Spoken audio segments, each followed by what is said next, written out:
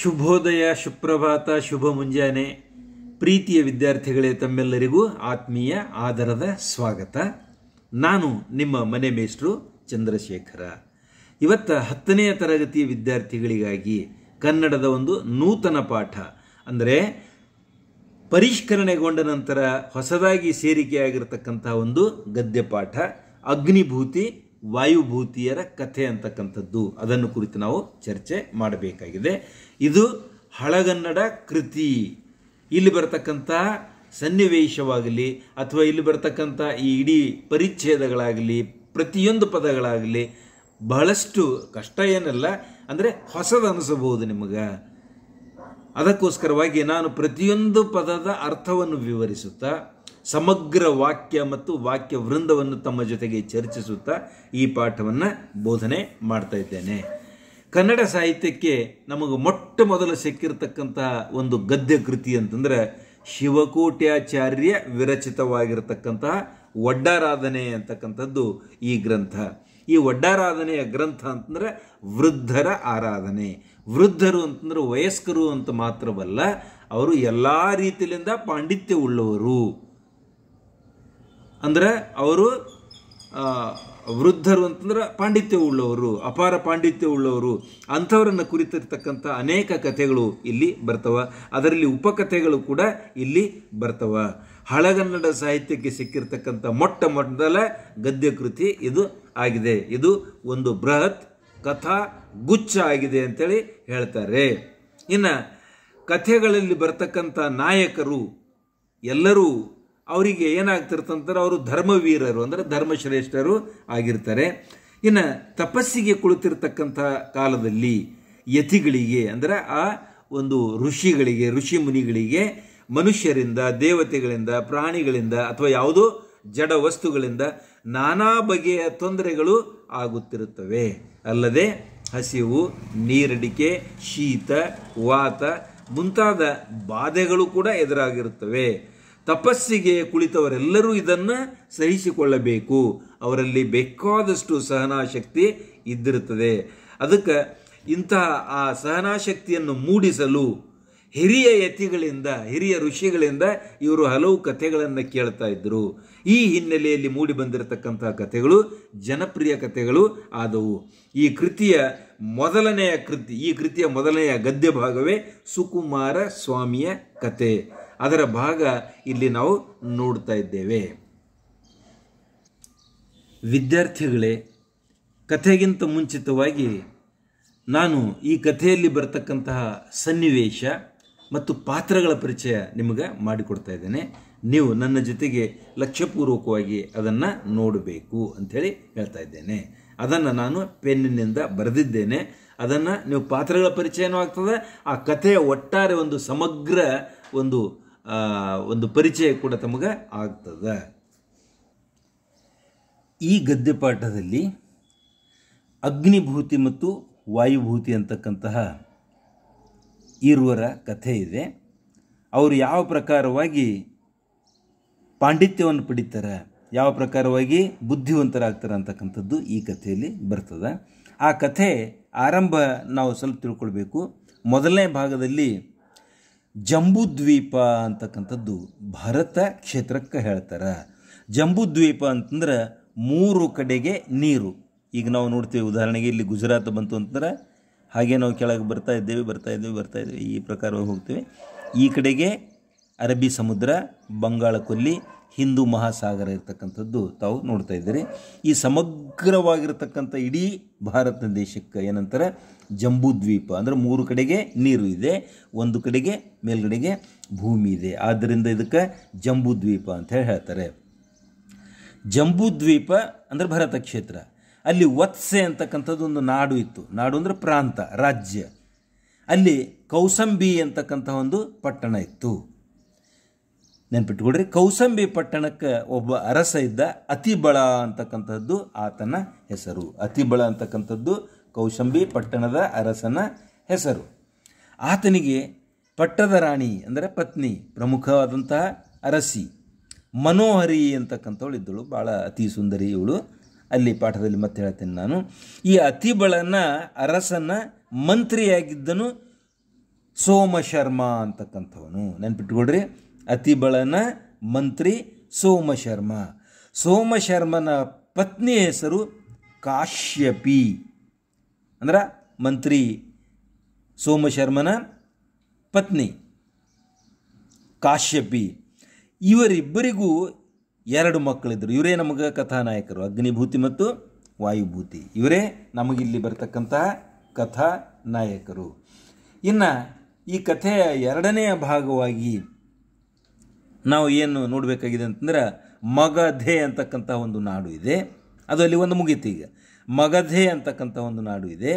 ರಾಜಗೃಹ ಅಂತಕ್ಕಂಥ ಆ ನಾಡಿನಲ್ಲಿರ್ತಕ್ಕಂಥ ಪಟ್ಟಣ, ಇದು ಕೂಡ ಭರತಖಂಡದಲ್ಲೇ ಇದೆ, ಜಂಬೂದ್ವೀಪದಲ್ಲೇ ಇದೆ. ಮಗಧೆ ಅಂತಕ್ಕಂಥ ನಾಡು ಇದೆ. ರಾಜಗೃಹ ಅಂತಕ್ಕಂಥ ಪಟ್ಟಣವನ್ನು ಸುಬಲ ಅಂತಕ್ಕಂಥ ಅರಸ ಆಳ್ತಾ ಇದ್ದಾನೆ. ಸುಬಲ ಅಂತಕ್ಕಂಥ ಅರಸ ಆಳ್ತಾ ಇದ್ದಾನೆ. ಅವನ ಪತ್ನಿಯ ಹೆಸರು, ಪಟ್ಟದ ರಾಣಿ ಹೆಸರು ಸುಪ್ರಭೆ. ಸುಪ್ರಭೆ. ಇನ್ನು ಈತನಿಗೆ ಮಂತ್ರಿ ಇದ್ದ, ಅವನ ಹೆಸರು ಸೂರ್ಯಮಿತ್ರ. ಆ ಮಂತ್ರಿ ಸೂರ್ಯಮಿತ್ರ ಅಂತಕ್ಕಂಥವನು ಬಹಳ ಚತುರ, ಜಾಣ ಮತ್ತು ಪಂಡಿತನಾಗಿದ್ದ. ಆತನಿಗೆ ಏನಂತಂದ್ರೆ ಒಬ್ಬಕ್ಕೆ ತಂಗಿ ಇದ್ದಳು, ಅವಳ ಹೆಸರು ಕಾಶ್ಯಪಿ. ಅಂದ್ರೆ ಈತ ಕಾಶ್ಯಪಿಯ ಅಣ್ಣ.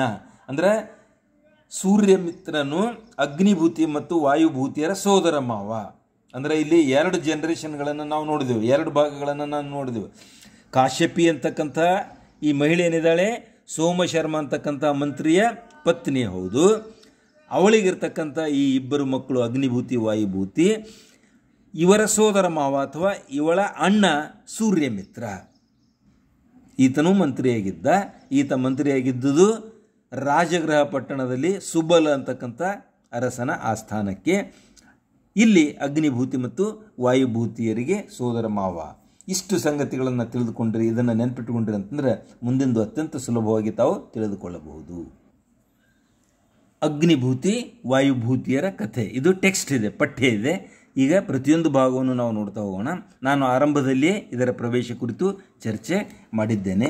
ಈಗ ನೇರವಾಗಿ ಈ ಗದ್ಯದ ಬೋಧನೆಯಲ್ಲಿ ನಾವು ತೊಡಗಿಕೊಳ್ಳೋಣ. ಗದ್ಯವನ್ನು ಅರ್ಥೈಸಿಕೊಳ್ಳಕ್ಕೆ ಒಂದು ಪ್ರಯತ್ನ ನಾವು ಮಾಡೋಣ. ಈ ಜಂಬೂದ್ವೀಪದ ಭರತ ಕ್ಷೇತ್ರದೋಳ್, ಜಂಬೂದ್ವೀಪ ಅಂದರೆ ಭಾರತ ದೇಶ, ಭರತ ಕ್ಷೇತ್ರ ಅಂತ ಅದಕ್ಕೆ ಅಂತೀವಿ ನಾವು. ನಾನು ಹೇಳಿದ್ದೇನೆ ನಿಮಗೆ ಜಂಬೂದ್ವೀಪ ಅಂತಂದ್ರೆ ಏನು ಅಂತೇಳಿ, 3 ಕಡೆಗೆ ನೀರಿರ್ತಕ್ಕಂತಹ ಭೂಪ್ರದೇಶ. ಈ ಜಂಬೂದ್ವೀಪದ ಭರತ ಕ್ಷೇತ್ರದೋಳ್ ವತ್ಸೆ ಎಂಬುದು ನಾಡು. ನಾಡು ಅಂದರೆ ಪ್ರಾಂತ, ವತ್ಸೆ ಅಂತಕ್ಕಂಥದ್ದು. ಈಗಾಗಲೇ ನಾನು ಹೇಳಿದ್ದೇನೆ ಈ ವಿಷಯ. ಅಲ್ಲಿ ಕೌಶಂಬಿ ಎಂಬುದು ಪೊಳಲ್. ಪೊಳಲ್ ಇದು ಳಕಾರ, ನೆನ್ಪಿಟ್ಕೊಳ್ರಿ, ಇದು ಳಕಾರ. ಇಲ್ಲಿ ಳ ಮತ್ತು ರ ಸ್ವಲ್ಪ ನೀವು ಅರ್ಥೈಸ್ಕೊಳ್ಬೇಕು. ಇಲ್ಲಿ ನಾನು ಬರೆದಿರ್ತೀನಿ ನೋಡ್ರಿ, ಇದು ಇಷ್ಟೇ ಇದ್ರೆ ಳಕಾರ. ಇದನ್ನೇ ನಾವು ಹೀಗೆ ಮಾಡಿ ಇದರ ಜೊತೆಗೆ ಹೀಗೆ ತಂದರೆ ಇದು ರಕಾರವಾಗ್ತದೆ, ಇದು ಳಕಾರವಾಗಿರ್ತದೆ. ನೆನ್ಪಿಟ್ಕೊಳ್ಬೇಕಿದು ಯಾವಾಗಲೂ. ನೋಡಿ, ಪೊಳಲ್ ಅಂದರೆ ಊರು, ಪಟ್ಟಣ ಅಂತ ಅರ್ಥ. ಜಂಬೂದ್ವೀಪದ ಭರತ ಕ್ಷೇತ್ರದಲ್ಲಿ ವತ್ಸೆ ಅಂತಕ್ಕಂಥ ನಾಡು, ಅಲ್ಲಿ ಕೌಸಂಬಿ ಅಂತಕ್ಕಂಥದ್ದು ಒಂದು ಪಟ್ಟಣ ಇದೆ. ಆ ಪಟ್ಟಣದ ಹೆಸರು ಕೌಸಂಬಿ. ಅದನ್, ಅದನ್ ನ ಈ ಕಡೆ ಬಂದಿದೆ. ಮೇಲ್ಗಡೆಗೆ ನಾನೇನು ಡಾಟ್ ಕೊಟ್ಟಿದ್ದೇನೆ, ಒಂದು ಲೈನ್ ಎಳೆದಿದ್ದೇನೆ, ಆ ಅಕ್ಷರ ಛೇದಿಸ್ತಾ ಹೋಗ್ತದೆ. ಛೇದಿಸೋದು ಅಂತಂದರೆ 2 ಆಗುವುದು, ಅಂದರೆ ವ್ಯಂಜನ ಮತ್ತು ಸ್ವರಗಳನ್ನು ಬದಲಾಯಿಸಿಕೊಳ್ಳುವುದು. ಪೊಳಲ್ ಅದನ್, ಅದನ್ ಅಂದರೆ ಅದನ್ನು. ಆಳ್ವೋನ್ ಅಂದರೆ ಆಳುವವನು. ಅತಿಬಳನ್ ಅವನ ಹೆಸರಿದು, ಅತಿಬಳ ಅಂತಕ್ಕಂಥದ್ದು ಅರಸನ ಹೆಸರು. ಅತಿಬಳನ್ ಎಂಬ ಅರಸನ್ ಅಂತಕ್ಕಂತಹ ಅರಸನು. ಆತನ ಮಹಾದೇವಿ ಅಂದರೆ ಪಟ್ಟದ ಅರಸಿ, ಪಟ್ಟದ ರಾಣಿ, ಮಹಾದೇವಿ ಪತ್ನಿ. ಮನೋಹರಿ ಎಂಬೋಳ್, ಮನೋಹರಿ ಅಂತೇಳಿ ಅವಳ ಹೆಸರು, ಎನ್ನುವಳು, ಮನೋಹರಿ ಎನ್ನುವಳು. ಪೆಸರ್ಗೆ ತಕ್ಕಂತೆ, ಹೆಸರಿಗೆ ತಕ್ಕ ಹಾಗೆ. ನೋಡಿದರ್ ಎಲ್ಲರ್, ನೋಡಿದವರು ಎಲ್ಲರೂ. ಕಣ್ ಆಲಿಗೆ ಸ್ವಗೈಸುವಳ್, ಕಣ್ ಆಲಿ ಕಣ್ಣಿನ ಎವೆ. ಹಾಗೆ ಒಟ್ಟಾರೆಯಾಗಿ ನೋಡಿದರೆ ಆಲಿ ಅಂದರೆ ಎವೆ, ಒಟ್ಟಾರೆಯಾಗಿ ನೋಡಿದರೆ ದೃಷ್ಟಿ. ಕಣ್ ದೃಷ್ಟಿಗೆ ಸ್ವಗೈಸುವಳ್ ಅಂದರೆ ಸುಂದರವಾಗಿ ಸೊಗಸಾಗಿ ಕಾಣುವಳು. ಯಾರು? ಮನೋಹರಿ. ಸತ್ಯ ಶೌಚ ಆಚಾರಂಗಳಿಂ, ಸತ್ಯವಂತಳಾಗಿದ್ದಳು ಮತ್ತು ಶುದ್ಧಳಾಗಿದ್ದಳು ಮತ್ತು ಆಚಾರಗಳಿಂದ ಕೂಡಿದವಳಾಗಿದ್ದಳು. ಅವಳ ಆಚಾರ ಅಂದರೆ ನಡವಳಿಕೆ. ಸತ್ಯವಂತಳು, ಶೌಚಳು ಮತ್ತು ಆಚಾರವಂತಳಿಂದ ಆಚಾರವಂತದಿಂದ ಕೂಡಿದವಳು ಆಗಿದ್ದಳು. ಅತ್ಯಂತ ರೂಪಲಾವಣ್ಯ, ಅತ್ಯಂತ ರೂಪವತಿ ಮತ್ತು ಲಾವಣ್ಯವತಿಯಾಗಿದ್ದಳು. ಮತ್ತು ಸೌಭಾಗ್ಯ ಕಾಂತಿ, ಸೌಭಾಗ್ಯ ಅನ್ನುವುದೇ ಅವಳ ಪ್ರಭೆಯಾಗಿತ್ತು, ಕಾಂತಿಯಾಗಿತ್ತು. ಸೌಭಾಗ್ಯ ಅನ್ನುವುದೇ ಅವಳ ಪ್ರಭೆಯಾಗಿತ್ತು. ಹಾವಭಾವ ಅಂದ್ರೆ ಅವಳ ಒಂದು ನಡವಳಿಕೆ ಅಥವಾ ಹಾವಭಾವ ಅಂದರೆ ಅವಳ ಚಲನವಲನ.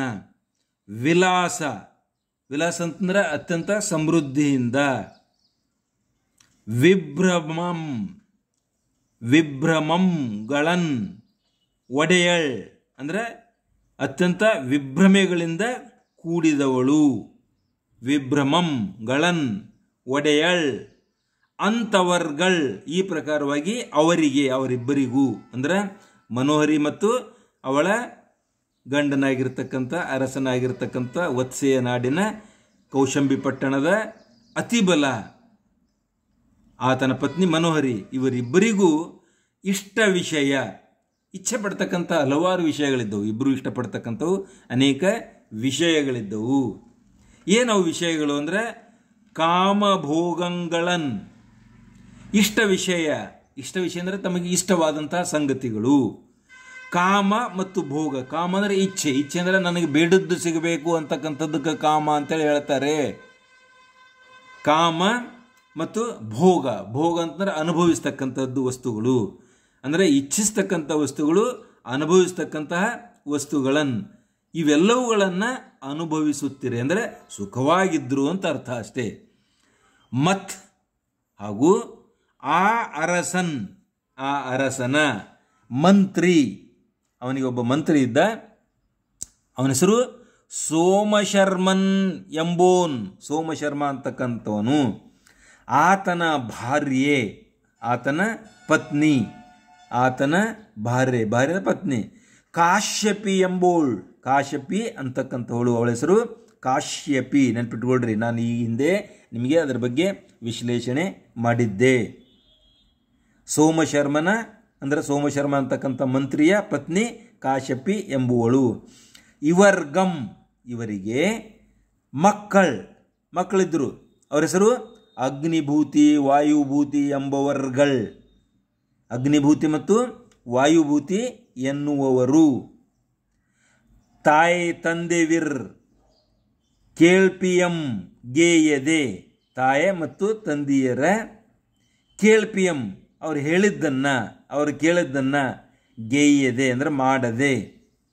ವೇದಂ ಮೊದಲಾಗಿ ಒಡೆಯ, ವೇದ ಮುಂತಾದಂತಹ ಅನೇಕ ಸಂಗತಿಗಳನ್ನು, ಶಾಸ್ತ್ರಗಳನ್ನು ಓದದೆ. ವಿದ್ಯಾಭ್ಯಾಸ ಮಾಡಲಿಲ್ಲ ಅವರು ಒಟ್ಟ. ಅಂದರೆ ವಿದ್ಯಾಭ್ಯಾಸದ ಆಗಿನ ಕಾನ್ಸೆಪ್ಟ್ ಏನಿತ್ತು ಅಂತಂದರೆ, ಆಗಿನ ವಿದ್ಯಾಭ್ಯಾಸದ ಮೌಲ್ಯ ಏನಿತ್ತು ಅಂತಂದರೆ ವೇದ, ಶಾಸ್ತ್ರ, ಗಣಿತ, ವಿಜ್ಞಾನ, ಅದರ ಜೊತೆಗೆ ಅಲಂಕಾರ ಶಾಸ್ತ್ರ, ಛಂದಸ್ಶಾಸ್ತ್ರ, ವ್ಯಾಕರಣಶಾಸ್ತ್ರ ಹಾಗೂ ಜೀವಶಾಸ್ತ್ರ, ಇವೆಲ್ಲವುಗಳನ್ನು ಅವರು ಅಧ್ಯಯನ ಮಾಡಬೇಕಾಗಿತ್ತು. ಆದರೆ ಈ ವಾಯುಭೂತಿ ಅಗ್ನಿಭೂತಿಯರು ವೇದನೂ ಅಧ್ಯಯನ ಮಾಡಲಿಲ್ಲ, ಶಾಸ್ತ್ರಗಳನ್ನು ಓದಲಿಲ್ಲ.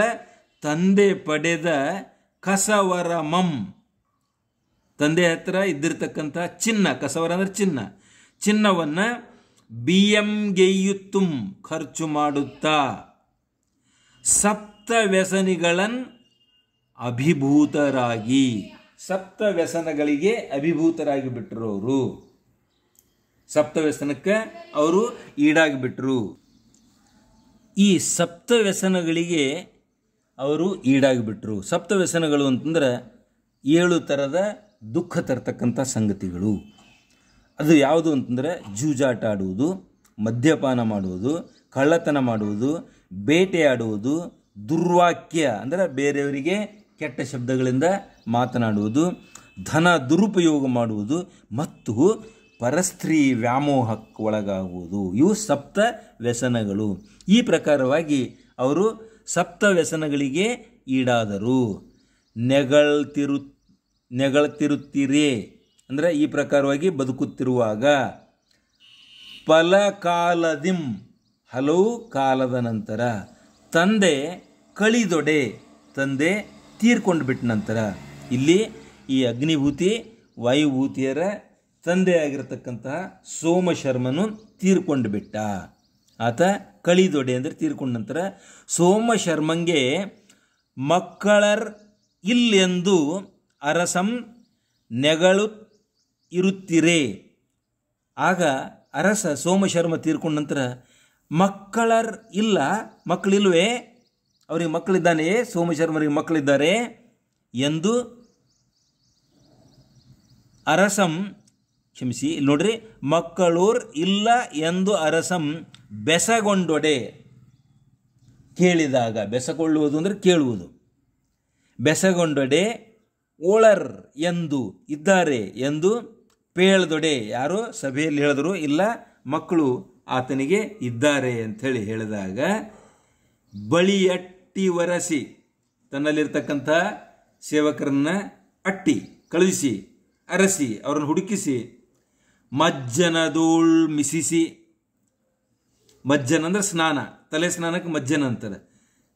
ಓಕೆ, ಮಜ್ಜನದೋಳು ಅಂದ್ರೆ ತಲೆಯ ಮೇಲೆ ಸ್ನಾನ ಮಾಡಿಸಿ, ಮಜ್ಜನ ಅಂದ್ರೆ ತಲೆ, ತಲೆ ಸ್ನಾನ ಮಾಡಿಸಿ, ಉಡಿಸಿ ವಸ್ತ್ರಗಳನ್ನು ಹಾಕಿ, ತುಡಿಸಿ ಅಂದರೆ ಅಲಂಕಾರಿಕ ವಸ್ತುಗಳನ್ನು ತೊಡಿಸಿ, ಊಡಿ ಅವುಗಳನ್ನು ಸೇರಿಸಿ ಶೃಂಗಾರ ಮಾಡಿ, ತಂಬುಲಂ ಕೊಟ್ಟು ಅವರಿಗೆ ತಿನ್ನುವುದಕ್ಕೆ ಎಲೆಡಿಕೆಗಳನ್ನು ನೀಡಿ, ತಂಬುಲಂ ಕೊಟ್ಟು, ಉಬ್ಬೇಗಂ ಬಡದಿರಿಂ ಎಂದು ಉದ್ವೇಗ ಪಡಬೇಡ್ರಿ ಅಂದ್ರೆ ಅರಸನಿಗೆ ಏನು ಮಾಡಬೇಕಾಗಿದೆ, ಸೋಮಶರ್ಮನ ಮಕ್ಕಳಿಗೆ ಸಮಾಧಾನ ಮಾಡಬೇಕಾಗಿದೆ, ಶಾಂತಿ ಹೇಳಬೇಕಾಗಿದೆ.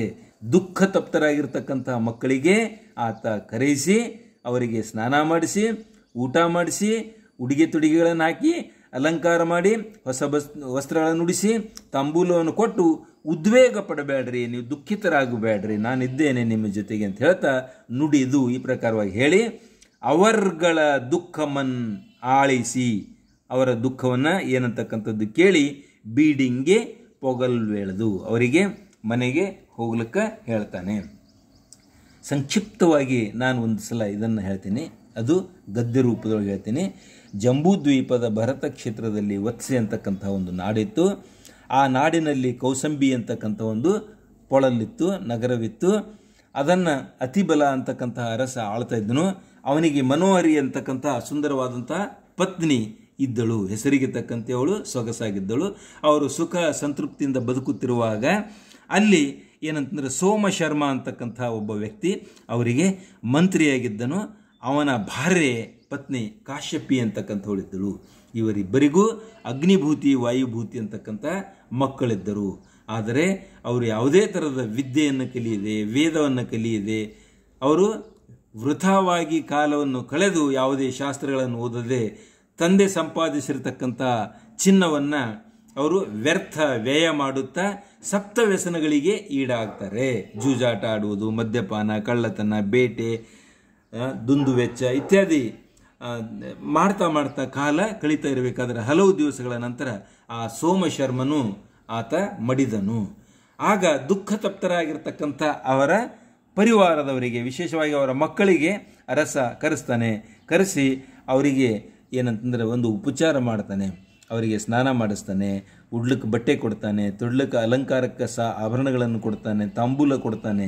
ಅನಂತರ ಅವರಿಗೆ ಬೀಳ್ಕೊಡುವಾಗ ಹೇಳ್ತಾನೆ, ನೀವೇನು ಹೆದರಬೇಕಾಗಿಲ್ಲ, ನಾವಿದ್ದೇವೆ ಅಂತಕ್ಕಂಥ ಮಾತನ್ನು ಹೇಳಿ ಅವರನ್ನು ಅವರ ಮನೆಗೆ ಕಳುಹಿಸಿಕೊಡ್ತಾನೆ, ಅಗ್ನಿಭೂತಿ ಮತ್ತು ವಾಯುಭೂತಿಯರಿಗೆ.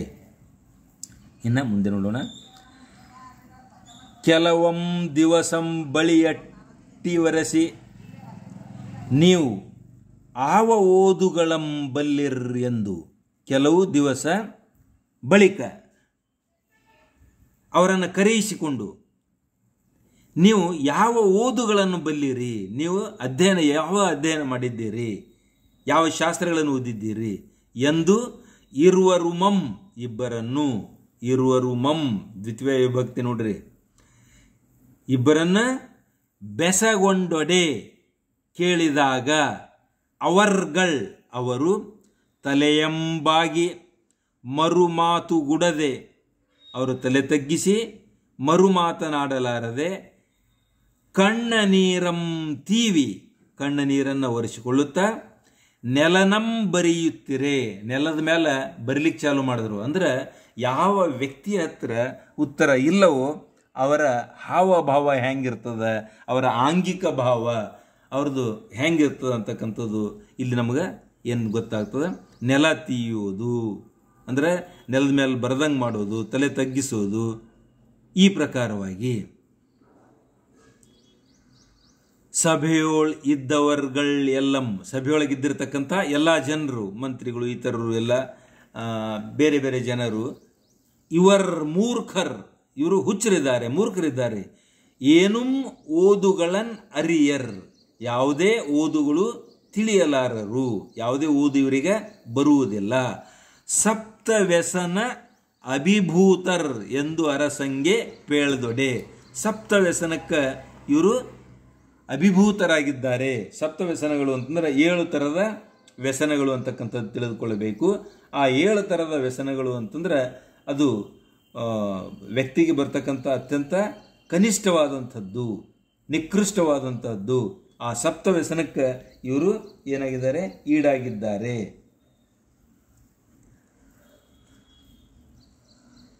ಸಪ್ತ ವ್ಯಸನಗಳು ಅಂದರೆ ಈಗಾಗಲೇ ಅದರ ಬಗ್ಗೆ ನಾವು ಚರ್ಚೆ ಮಾಡಿದ್ದೇವೆ. ಸಪ್ತ ವ್ಯಸನಕ್ಕೆ ಈಡಾಗಿದ್ದಾರೆ ಅಂದರೆ ಅದೇ ಜೂಜಾಟ, ಮದ್ಯಪಾನ, ಕಳ್ಳತನ, ಬೇಟೆ, ದುರ್ವಾಕ್ಯ ನುಡಿಯುವುದು, ದುಂದು ವೆಚ್ಚ ಮಾಡುವುದು ಮತ್ತು ಪರಸ್ತ್ರೀ ವ್ಯಾಮೋಹಕ್ಕೆ ಒಳಗಾಗುವುದು.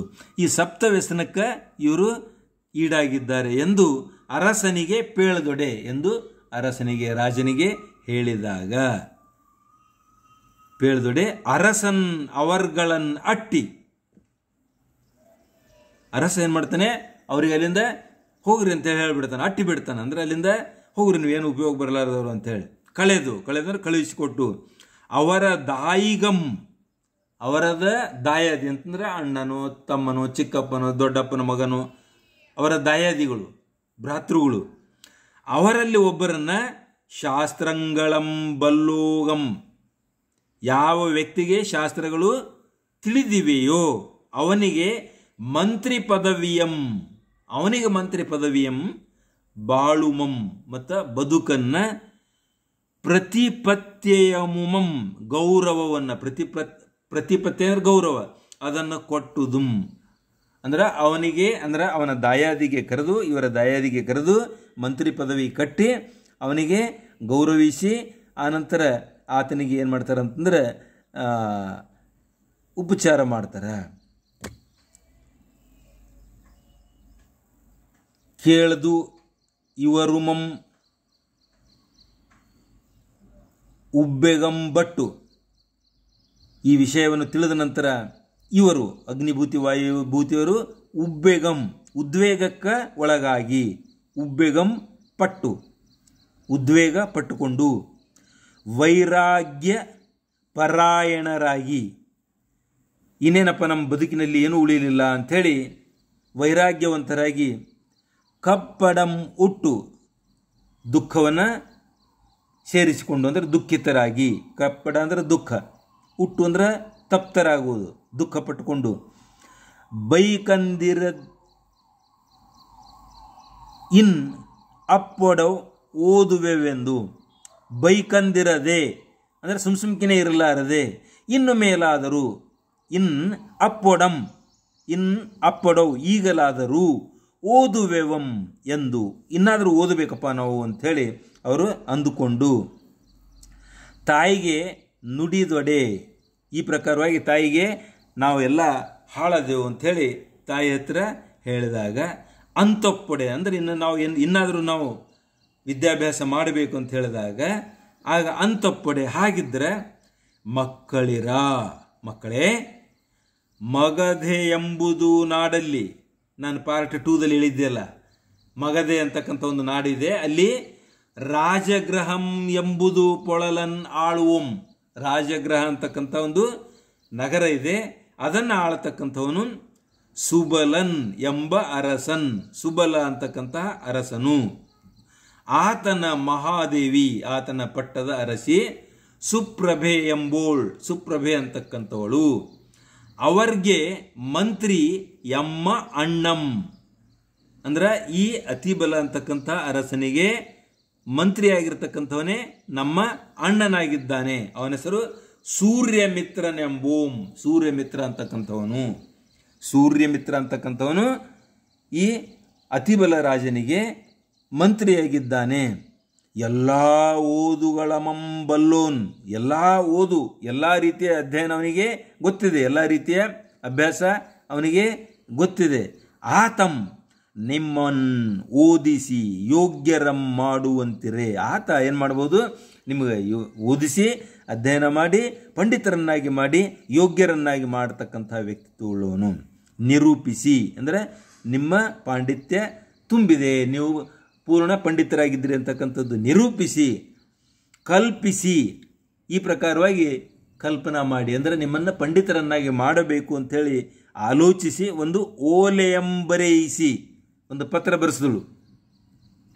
ಪತ್ರ ಬರೆಸಿ ನಿಮ್ಮ ಕೈಯೋಳ್ ಅಟ್ಟಿ, ನಿಮ್ಮ ಅಂತ ನಿಮ್ಮನ್ನು ಕೈಯೋಳ್ ಅಟ್ಟಿದ ಪೆಂ ನೀಮುಂ, ನಿಮ್ಮ ಕೈಯೊಳಗೆ ಕೊಟ್ಟು ನಾನು ಅಟ್ಟುವುದು ಅಂತಂದ್ರೆ ಕಳಿಸಿಬಿಡೋದು, ಅಟ್ಟಿದ ಪೆಂ ಅಂದ್ರೆ ಕಳಿಸಿಬಿಡ್ತೀನಿ.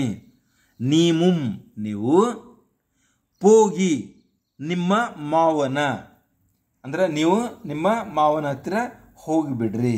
ಈ ಭಾಗಕ್ಕೆ ನಾನು ಗದ್ದೆಯೊಳಗೆ ಅತ್ಯಂತ ಸಂಕ್ಷಿಪ್ತವಾದಂಥ ಮಾತಿನಲ್ಲಿ ಹೇಳ್ತೀನಿ ನೋಡ್ರಿ. ಇಲ್ಲಿ ಏನಾಗಿದೆ ಅಂತಂದ್ರೆ, ಸೋಮಶರ್ಮ ಗತಿಸಿದ ನಂತರ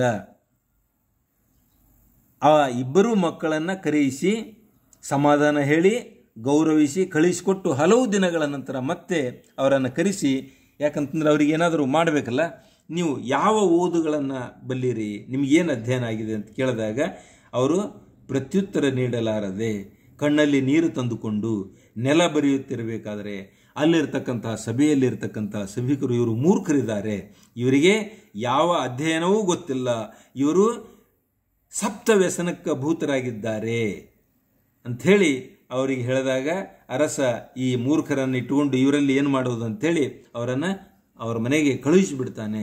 ಅದೇ ಮಂತ್ರಿ ಪದವಿಯನ್ನು ಏನು ಮಾಡ್ತಾನೆ, ಇವರ ದಾಯಾದಿಗಳಲ್ಲಿ ಒಬ್ಬರು ಯಾರು ಯೋಗ್ಯರಿದ್ದಾರೋ ಅವರಿಗೆ ಕೊಡಲಾಗ್ತದೆ. ಆಗ ಇವರಿಗೆ ಅರ್ಥ ಆಯಿತು, ಇಂತಹ ಬದುಕು ಒಳ್ಳೆಯದಲ್ಲ ಅಂಥೇಳಿ ತಮ್ಮ ತಾಯಿ ಹತ್ತಿರ ಬಂದು ತಮ್ಮ ದುಃಖವನ್ನು ತೋಡಿಕೊಳ್ಳುತ್ತಾರೆ.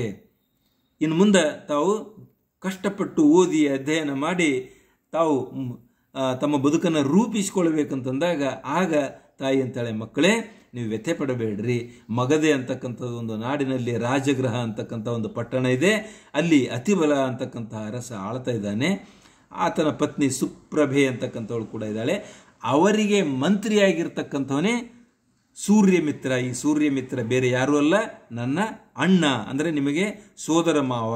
ಅವನು ಬಹಳ ಬುದ್ಧಿವಂತ ಬಲ್ಲವನಾಗಿದ್ದಾನೆ, ನಿಮ್ಮನ್ನು ಓದಿಸಿ ಯೋಗ್ಯರನ್ನಾಗಿ ಮಾಡುವಂತೆ ಮಾಡಿ ಅವನು ನಿಮ್ಮನ್ನು ಇಲ್ಲಿ ಅಗತ್ಯಕ್ಕೆ ತಕ್ಕಂತಹ ಪಾಂಡಿತ್ಯವನ್ನು ನೀಡಿ ನಿಮ್ಮನ್ನು ಕಳುಹಿಸ್ತಾನ ಅಂತಕ್ಕಂಥದ್ದು ಆಲೋಚಿಸಿ ಒಂದು ಪತ್ರ ಬರೆಯಿಸಿ ಅವಳ ಕೈಯಲ್ಲಿ ಕೊಡಲಾಗ್ತದೆ, ಅವರಿಬ್ಬರ ಕೈಯಲ್ಲಿ ಕೊಡಲಾಗ್ತದೆ.